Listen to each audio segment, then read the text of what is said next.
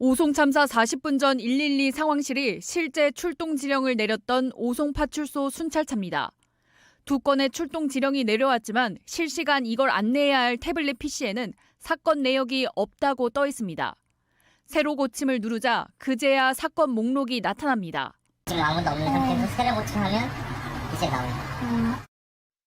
언제 내려올지 모르는 지령은 실시간 자동으로 모니터에 표기돼야 정상인데 실제는 그렇지 않은 겁니다. 화면상으로는 오작동 여부를 알 수도 없어 새로 고침을 누르지 않으면 새 지령이 왔는지 알 수도 없습니다.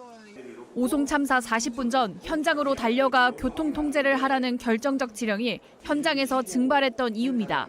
전화번호라든가 신고자의 위치, 그다음에 신고 내용이 태블릿 PC에 현출이 되는데 그걸 못 보고 출동하는 경우가 생긴다는 거죠. 비단 이 순찰차 장비만의 문제가 아닙니다. 경찰서 내부망에는 지령이 한 번씩 들어오지 않아 재부팅하는 경우가 잦다. 주기적으로 껐다가 켜야 한다는 등 장비 문제를 지적하는 글과 댓글이 올라왔습니다. 날씨가 덥거나 그러면 이제 그 수납장 실내 온도가 높아지잖아요. 그런 경우에 그 태블릿 PC가 오류로 인해서 신고 접수되지 않고. 이에 대해 경찰청은 순찰차 태블릿을 교체하거나 조사할 계획은 없다고 밝혔습니다.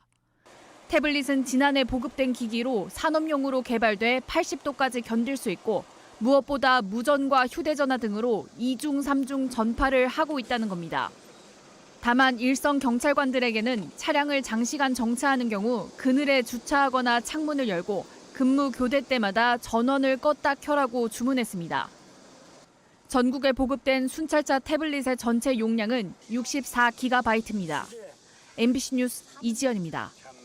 청주 오송 지하차도 참사와 관련해서 검찰이 이틀째 관계 기관들에 대한 압수수색을 벌였습니다. 특히 신고를 받고도 현장에 출동하지 않았던 경찰에 대한 압수수색이 집중됐습니다. 이지현 기자가 전해드리겠습니다. 특히 오송파출소와 흥덕경찰서, 충북경찰청까지 112 신고 접수와 지령 과정을 확인해야 하는 경찰에 압수수색이 집중됐습니다.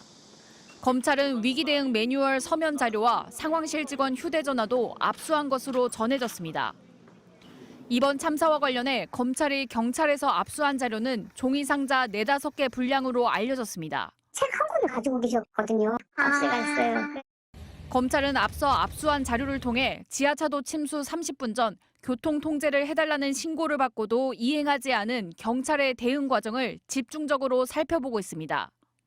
참사 당일 예고된 풍수에 인력과 장비를 충분히 대비했는지를 따지기 위해 경찰 내부 상황 전파 공문도 확보했습니다. 공문 관련해서는 사후 조처라고 생각해서 보고 계신 거예요? 다 정관적으로 보고 있어요. 경찰 내부에서는 의혹에 대해 충분히 소명할 수 있는 사안이라는 반응이 나오고 있습니다. 전국경찰직장협의회는 사고 책임을 현장 경찰관에게 전가하고 있다며 오는 27일부터 정부 세종청사 국무조정실 앞에서 1인 시위를 열기로 했습니다. MBC 뉴스 이지연입니다.